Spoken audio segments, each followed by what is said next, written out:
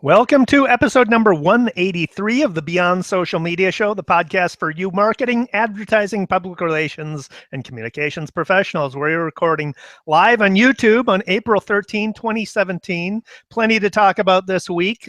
Score one for free speech. Strike that. Crisis management of the year. Amazon influencers. Oola oola zod. Clever bots. A whopper of an ad. Spicy ages 10 years overnight. Snapchat for fake news. We started off with the best story of the week, and BL, you have the honors. BL, what was the best story of the week? Well, I thought it was Google shutting down the Burger King ad, which was very clever. It was an enormous. This is from a BuzzFeed story by Matt Zeitlin, and Burger King just can't have it their way, because a few hours after it was revealed, the Burger King TV ad could no longer hijack Google's voice-activated devices. So what they did in the ad, a Burger King employee looks at the camera, says, "This is a 15-second commercial, so I can't explain everything about the Whopper, but I have an idea." Then he looks into the camera and he says, "Okay, Google, what's a Whopper?" And then theoretically, all the Alexa and maybe other voice-activated devices would read the Wikipedia definition of a Whopper. And while a normal human being can still ask Google Home about the burger, the audio from the ad no longer triggers the devices. And The Verge first reported on that change. And it's unclear how Google disabled that specific audio from the ad and from being recognized by its devices. Nobody really wanted to respond to requests for comments. But the funny part about it, and the reason why I have it in best, is although it got plenty of brand attention, right after it was released, the Wikipedia entry for Whopper had an attempt to prank the pranksters and trick Google Home devices. And so they they put ingredients. The Whopper includes cyanide and a medium-sized child. And then on Wednesday afternoon, the definition had changed to: "The Whopper is the worst hamburger product sold in the international fast food restaurant chain Burger King and its Australian franchise Hungry Jack's." So that's the problem with relying on Wikipedia for your homework, boys and girls. Anybody, anybody can edit it. So I have a video of the demonstration of how it was supposed to work. And we'll have that at beyondsocialmediashow.com/183. And that is obnoxious. That's truly obnoxious. We've talked about before how podcast guests sometimes activate people's Amazon Echoes or home devices intentionally, thinking it's really funny, which is really obnoxious. For an ad to do that, doubly obnoxious. So I'm glad they had some people taking revenge on the. It really was funny. I liked it. It includes a medium-sized child was my favorite. Right, exactly. Wow, this that was totally obnoxious. We hope that we are not obnoxious. We can be sometimes. We try to have fun with it, but if you like this, if you're new to this podcast, Beyond Social Media Show podcast, you can help us out. If you like what you hear, be sure to subscribe on your favorite channel. You can find us on iTunes. We're on iHeartRadio. We're on Google Play Music. We're on Stitcher. We're on YouTube, but especially on iTunes, because iTunes is where most people find podcasts. So if you can help us gain some visibility in iTunes, subscribe there. Subscribers is one of the prime metrics iTunes uses to show podcast visibility. So please do subscribe to us there. And without further ado, that promotional message, let's get on to the best stories. And I have one which is kind of interesting. This is from TechCrunch's Sarah Perez. Amazon is testing an influencer program. It's essentially a exclusive version of their affiliates program, where you build links to products. They're sold on Amazon, and if somebody clicks on them and buys on Amazon, you get a commission for that sale. Amazon says that only influencers with large followings will be accepted. Amazon will consider other metrics like fan engagement across a variety of social media platforms, the quality of the content you're producing, and the relevance for Amazon to that content you're following. They don't have a cutoff in terms of follower count that guarantees an influencer will be let into the program, but they are considering influencers across all tiers and categories. Those who are accepted will get a unique vanity URL. The format is amazon.com/shop/your username. Influencers can display the products they like on that page and get a cut of the sales, but there's no word whether the commissions are going to be higher for these influencers than your standard Amazon affiliates commission, but I expect they probably are. I applied for the program. It just said, due to the volume of submissions, we are not considering anybody right now, but we'll let you know if you get in. And that's all it is. So I don't expect. What are you selling? I talk a lot about gadgets, so I could sell gadgets. I talk a lot about books. Amazon sells pretty much everything these days, right? Yeah, but I thought that the way I understood the program was that you had to be selling something to... Selling anything that's on Amazon. It's just like their affiliate program, so you can link to whatever anybody's selling and get a cut of the sale. I see. It's just for influencers. So we'll see how that rolls out. A story that I thought should have gotten more attention than it really did, but then again, there's so damn much crazy news going on, is that the government, this is from a Washington Post story by Haley Sukayama and Craig Tinberg, and basically the government withdrew a request ordering Twitter to identify somebody who was running a fake Trump site. And so the legal battle ended Friday, and it was the Department of Homeland Security that withdrew its demand that Twitter release information to identify an account holder whose tweets have been critical of President Trump. Isn't that pretty much all of us? But when that relates to another story you're going to tell us, Dave. But the lawsuit threatened to become this major battle over free speech, but it was almost over before it began, because Twitter filed a lawsuit to protest the order, saying that it violated their First Amendment rights to the users' First Amendment rights. And then Twitter dropped its suit, saying the court filing, the summons has now been withdrawn, and so score one for free speech.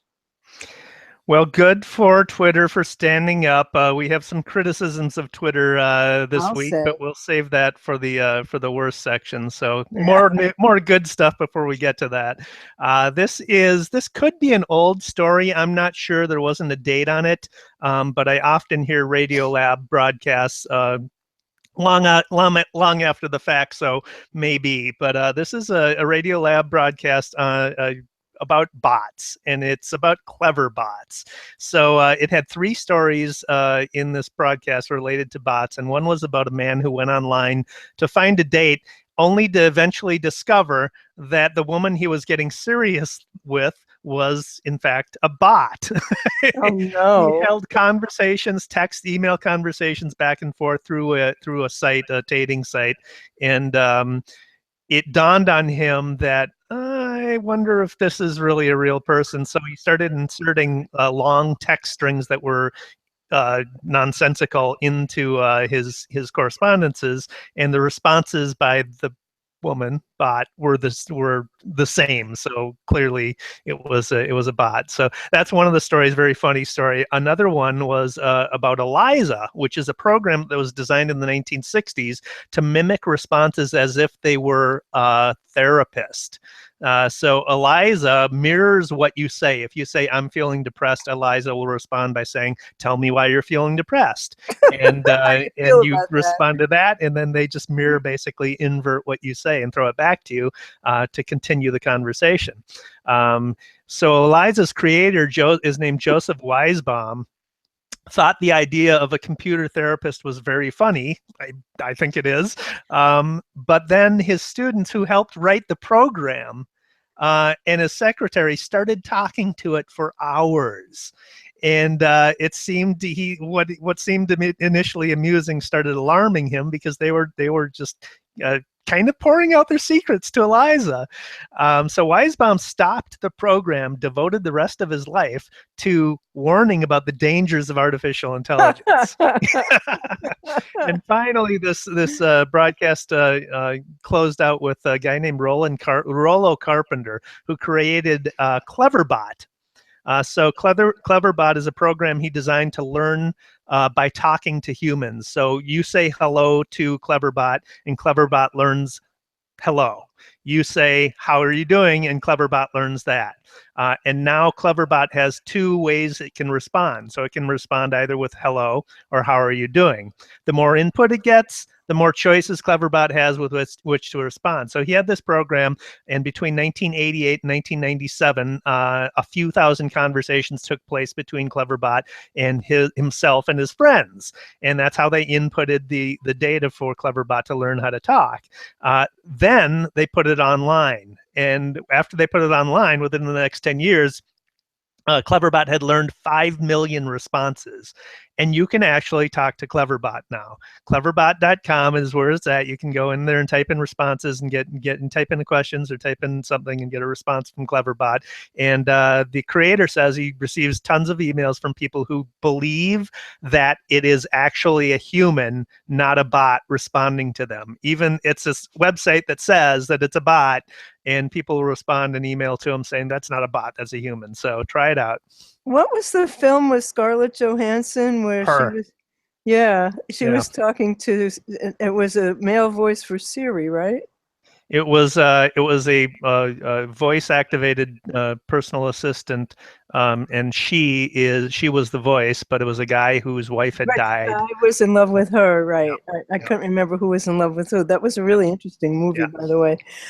So speaking of voices, one scared the crap out of an awful lot of people. This is from Amy Core in Media Post Out to Launch this week. And ThinkBox, which is the marketing body for TV broadcasters in the UK, launched this really funny ad to illustrate the power of TV advertising. It's a 60-second spot, and it pays homage to science fiction films. And many times this sort of thing, well, one famous time in particular, something like this happened on radio. And so in this one, aliens have taken over broadcast airtime in the UK, warning residents that they're on the way. And the alien, who's this really scary looking thing, says, "Ula, ula, Zod." And the residents all panic. They go running into the streets, and one alien chaser, he's asleep in his RV, and he hears the message, and he decides he should welcome the alien to Earth.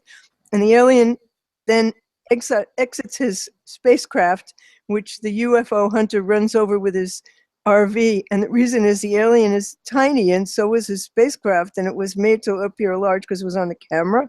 And so the guy has no idea what he's done, and he just shakes his head. And then the line says, "Discover the power of TV advertising." Yeah. But it's just so funny because it says it in this really ominous voice, "Ula, ula, Zod." And it does indeed demonstrate the power. There you go. So I'm out of best stuff. Have you got more? I got more. Yeah, right. I got more. Hold on. I'll give you some more. You know, I don't know if this should be in best or worst, but April the giraffe is still pregnant. And when I looked this afternoon, there were 153,000 people watching the live cam. But don't worry, guys. I've signed up for text alerts, so I'll be the first to know, and I'll let you know. Okay. So that does bring us to the worst news of the week, and oh my God, there's been so much of it. It's my head is spinning. I mean, seriously. But of course, the worst news of the week is obviously United Airlines dragging a passenger off the flight in a perfect example of how not to handle PR, and then how not to handle a crisis. And the thing's just gotten crazier and crazier. You know, on Monday, they forcibly removed Dr. Dow from a flight that they said was overbooked. It turned out it actually wasn't overbooked. They said that they needed to remove 4 people because they had to move crew members on. And they offered $400, nobody got up. They offered $800, nobody got up. So when nobody volunteered, they decided that they would randomly select 4 people. And they selected Dr. Dow and his wife, and he said he couldn't leave. He had to treat patients at the hospital the next morning. So the next thing, in come the airport police, 3 of them, and they forcibly dragged this poor man out of his seat, bumping his head. As it turns out, they gave him a concussion, knocked out 2 of his front teeth. He's all bloody, and they drag him unconscious through the aisle where everybody and their dog had their cell phone turned on. And so everybody got a video of this poor man bleeding from the mouth being dragged down the aisle. And I was watching on Twitter, and within, I would say, 20 minutes, this guy Tyler something, who took the first video, who tweeted the first video, got, "I'm from NBC, may we share your video? I'm from CBC, may we share your video?" Maybe 50 times in 20 minutes, over and over and over.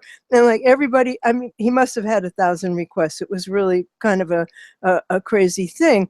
And then, in a perfect example of how not to handle PR, they refused to comment. And then when they did comment, it was disingenuous and as wrong can get. And I mean, just horrible. So finally, they decided that they would apologize, and they keep apologizing. They keep upping the ante of their apology. And now they're going to give everybody on the plane back their money, and they're going to remake their company. And by the end of the month, they're going to be wonderful. And they're going to have this manifesto that's going to say how great they are, and so on. And nobody believes them. And the jokes are abundant. The memes are all over the place. They are really hilarious. But then in the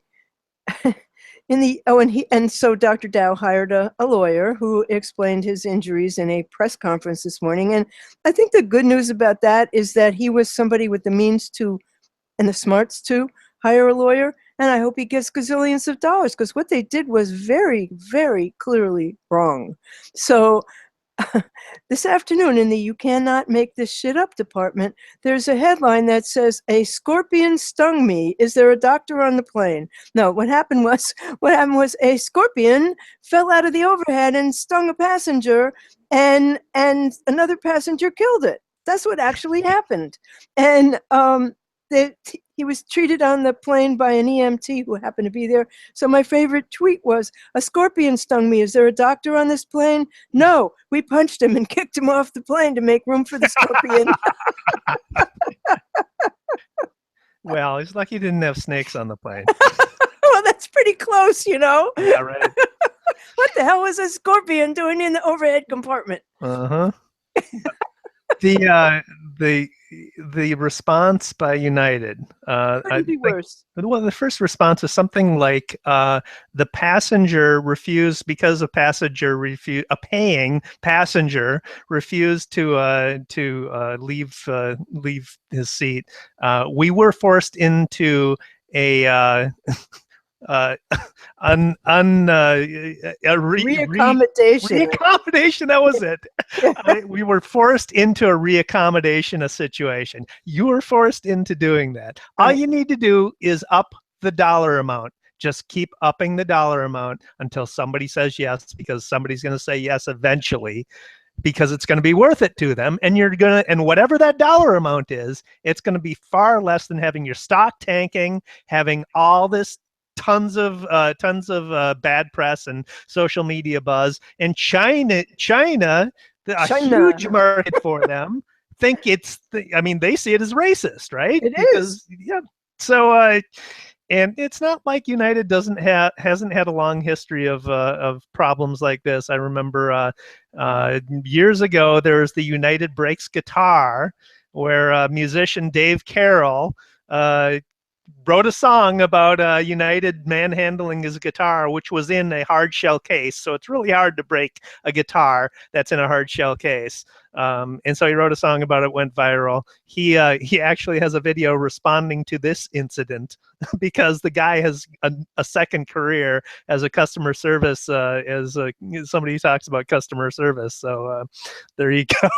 The video he made is really great. And what he says is he said he got more than 500 500 requests to write another song. And he said he doesn't think he'll do that. He thinks, that this video will do the job. But I mean, it just really was mind-blowing that a company in this day and age could be as unresponsive, as ham-handed, and as just plain stupid. But, in the video that he made, he said that when his video went viral, he got a lot of emails and calls from people who worked at United, said, you think flying it is bad, you should try working here.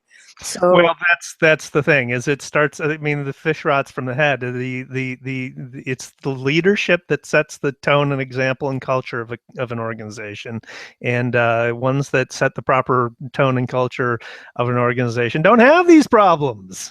which brings me to some more bad news of the week, which was Sean Spicer, who aged more than 10 years overnight as he did this. And this is not even stupid. This is ignorant. Excuse me. And the other day in a press conference, he actually said that Assad was different from Hitler. He said in World War II, somebody as despicable as Hitler didn't even use gas on his own people. And so one of the reporters pointed out to him that, yes, he did, and that he actually killed 6 million people, and that he gassed 10,000 people a day. And so he then said, well, he didn't drop gas in the middle of town. He took his victims to Holocaust centers, which I don't know what those are. Those must be like, I don't know, a mall. I mean, what the hell is a Holocaust center? So he's been apologizing over and over and over again. But you know what? He is absolutely typical of what happens in the White House. And I mean, what's the name of the guy that wore the Nazi pin on his lapel during a conference last week? I mean, this is not a very open-minded, shall we say, administration. And there is a response tonight from a Holocaust survivor saying, this is not a mistake, this is ignorant. And there's no excuse for that type of ignorance from a person who represents the President of the United States, who hasn't said one freaking word about it. Not one. Ugh. Well, again, the fish rots from the head, but yeah, and the head is certainly rotten. A lack of historical understanding of a piece of history that everybody should know. One, this incident vies with United for worst PR disaster of the year, because he apologized. How many apology attempts did he try and make? And none of them were working. None of them got it right. Fired. And he even tried it in writing, and it was like 5 times in writing he sent out statements trying to clarify what he said without clarifying what he said. It's not going away. You can't unhear what he said. Yeah. You cannot unhear what he said. And he is absolutely representative of the type of disregard for human rights. And, here you have a president who's making like a showing of bombing Syria and, who's apparently getting us into World War III. But, I mean, it's crazy. It's just all crazy. So on to better, worse news. The United Airlines was bad. This is as well. We gave some props to Twitter for standing up to a request for unmasking somebody, but this one's a different story. This is from the Next Web by Mix. A Twitter user named Jay Beecher and others started noticing that their tweets about United Airlines PR disaster were disappearing from the Twitterverse. Many of them tweeted directly to Twitter asking what's up with their deleted United tweets, and so far there doesn't appear to be any response from Twitter. But it does appear to be happening. So they're not there. The tweets are not there. I checked right before the show. And relatedly, United Airlines was trending and prominently appeared as a moment after the story initially broke. But it seems now that those both have been pulled from Twitter as well. So how much advertising is United doing on Twitter is my obvious question. Well, the other question is, are they working with the PR firm from hell who shall remain unnamed and who post stunts like that? But Twitter, that's bad news. Does that bring us to shiny objects? It does indeed. What do you Well, got? apropos the conversation, there is a Boycott Trump app, and it's created by the Democratic Coalition Against Trump, and it's the first app of its kind. It's meant to hit him where it hurts him, the only place he seems to care about, his wallet. And you search through companies and you find out if they are directly connected in any way to Trump, and then you are ready to boycott them. All right. But I have one good news thing. Can I just go back to good news? This is like a mixed bag, but I had to put down my cat this week because he was almost 18. He got really sick.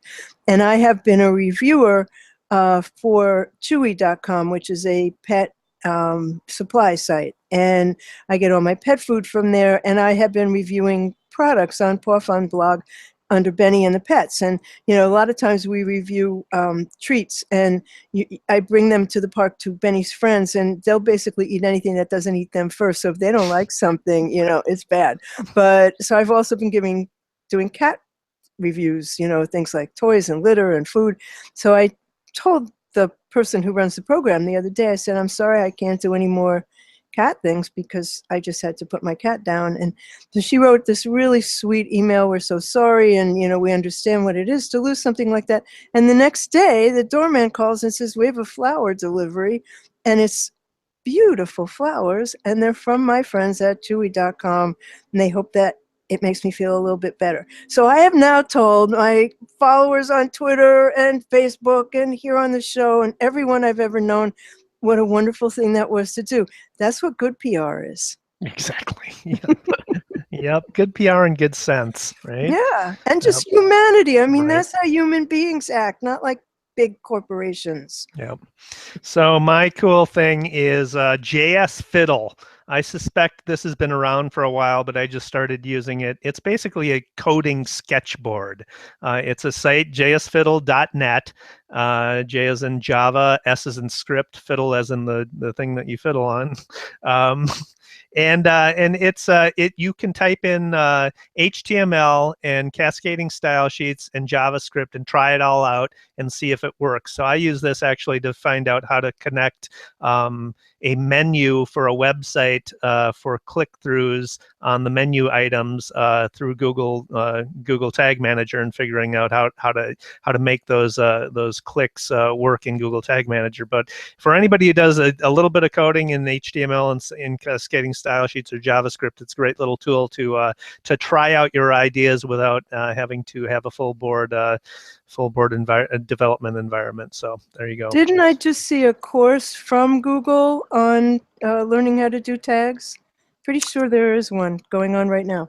Oh, really? I haven't seen a tag manager course, but that would be good. I think I got that in my email this week. I'll look for it.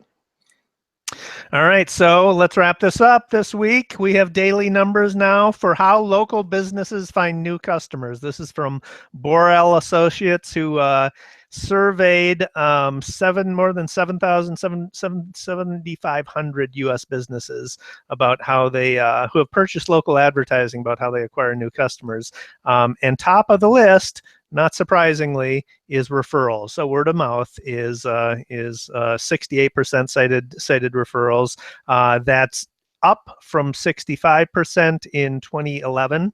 And company website was next at 47%, but that's down from 58% in 2011. Social media at 44%, that's up from 21% in 2011.